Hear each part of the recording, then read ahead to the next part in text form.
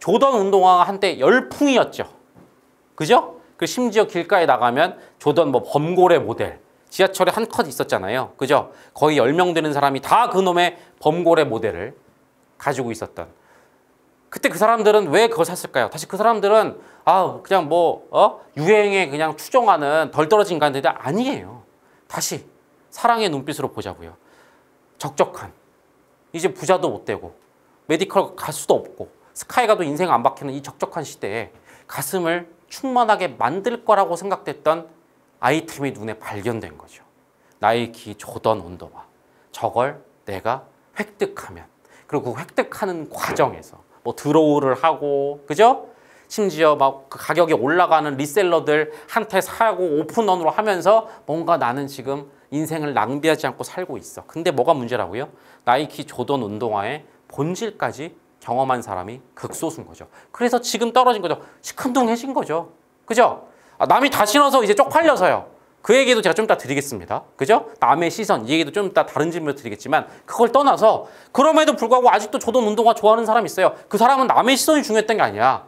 자기가 생각한 조던 운동화의 본질적 가치를 위해서 산 거기 때문에 그걸 100켤레 신든 200켤레 신든 상관없이 자기한텐 여전히 아름다운 범고래 조던 운동화인 겁니다. 여러분 혹시 친구들 중에 대부분은 그럴 거예요. 나 그거 안 신어 이제. 다 뻔해. 근데 혹시 한 명 있다면, 나는 남이 100명을 신든 100만 명이 신든 나한테는 영원히 운동화가 짱이야. 그 사람한테 물어보세요. 넌 도대체 조던 운동화에 뭘 번 거니? 본질이 뭐니? 이러면 어려울 거고, 핵심이 뭐니? 뭘 번 거니? 왜 그런 거니? 그걸 물어보면 여러분과는 전혀 상관없는 아주 깊이 있는 대답이 나올 겁니다. 내가 조던을 좋아하는 이유는. 그냥 예시로 하나 들어볼까요?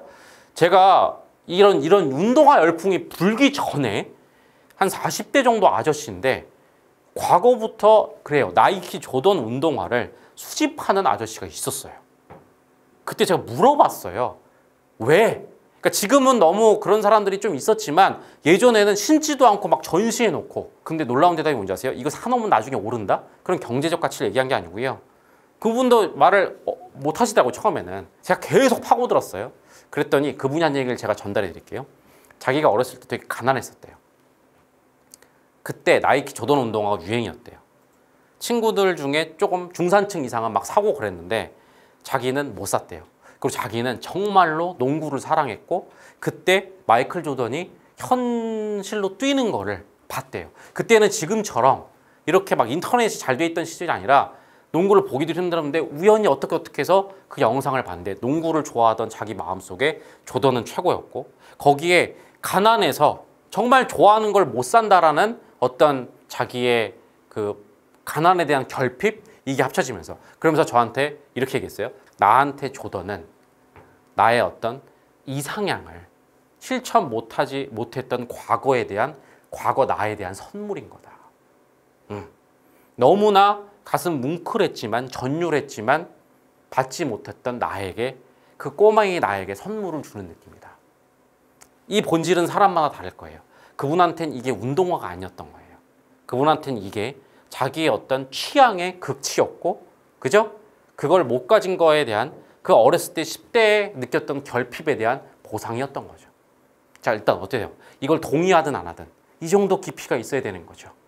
그런데 지금 운동화 같이 남들 다 신어서 안 신을래 하는 사람들한테는 뭐였을까요? 그냥 유행템.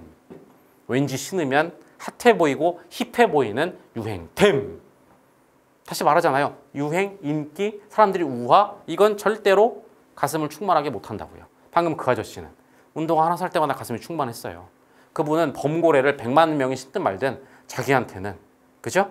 이상향의 농구를 구성했던 조던의 상징이자 어렸을 때 불쌍해서 결핍했던 나에 대한 선물이기 때문에 상관없이 사면 가슴이 계속 충만해지는 거죠. 그렇게 수집하는 거예요. 어떤 느낌인지 아시겠죠? 주위에선 그러겠죠. 지금은 바뀌었지만 하여튼 그 시대에는 나이 처먹어갖고 무슨 애들 운동화를, 그것도 신지 않고 집에다 전시를 해놔? 미친 거 아니야? 그분은 안 흔들렸어요. 왜? 본질을 경험해서 가슴 충만해 있었고, 심지어 그 충만이 자기의 쾌를 자극했으니까. 이런 느낌인 겁니다. 본질까지 경험한다는 건 이런 느낌인 겁니다. 무슨 말인지 알겠습니까? 자, 또 비슷한 얘기 나왔죠? 현실적으로 핸드폰 새로운 걸로 바꾸면 길어봤자 한 달도 안 감. 여러분, 핸드폰 바꿀 때 얼마나 열정적입니까? 핸드폰으로 가슴을 채우려고 하는 거죠. 아이폰이 좋은가, 갤럭시가 좋은가, 어디가 최저가인가 미친 듯이 찾아보고 사고 막 커뮤니티 들어가서 세팅하고 그저 케이스 사고 액세서리 사고 미치죠. 아우, 이해한다니까. 그 순간 인생을 핸드폰으로 채우면 낭비되지 않는 그 감각, 충만감 때문에 그 짓을 하는데 왜 일주일 만에 꺼질까요? 핸드폰 자체는 본질이 없거나 아니죠. 핸드폰의 어떤 본질을 경험해서 가슴이 충만해지는 사람도 있겠지만 대부분 그 본질까지 접근 안 하니까. 그죠? 저는 핸드폰은 본질이 있는지는 모르겠어요. 핸드폰은 그냥 수단이라서 그 안에 들어가는 컨텐츠나 커뮤니케이션이 소통이라고 생각하는데 저도 공부를 다 한 게 아니니까 다른 뭐가 있을 수 있죠. 아니면 엄청난 그 공학도 매니아들은 아이폰 매니아 중에 그런 사람들 많아요. 실제로 기계를 만든 엔지니어들 그 어떤 미학적 관점이나 조립의 어떤 것 때문에 뭐 열광할 수 있는데 어쨌든 그 본질까지 접근했을 때에만 핸드폰 사고 그죠? 충만한 마음으로 오래 가는 건데 여러분 일주일 동안 발작적으로 막 중독같이 핸드폰에 대해서 찾아보잖아요. 근데 왜 일주일 만에 꺼질까요? 저분 말처럼 다 해석이 되죠. 다시 여러분이 잘못했다는 게 아니고요. 몸부림입니다. 다만 그 몸부림이 악순환으로 가지 않고 끝나게 하는 방법은 충만밖에 없습니다. 충만은 뭐라고요? 핸드폰이든 조던 운동화든 골프든 알겠습니까? 에르메스 명품백이든 알겠죠? 그 본질까지 접근해서 충만해야 됩니다. 그리고 그랬을 때 이 충만의 끝에 이건 나의 크다, 이건 나의 불쾌다 하면서 과감하게 제끼거나 아니면 아까 그 아저씨처럼 과감하게 평생 자기의 취향과 호불호로 쾌로 충만하게 가는 그런 효과까지 있다라고 정리해드리겠습니다. 알겠습니까? 됐죠?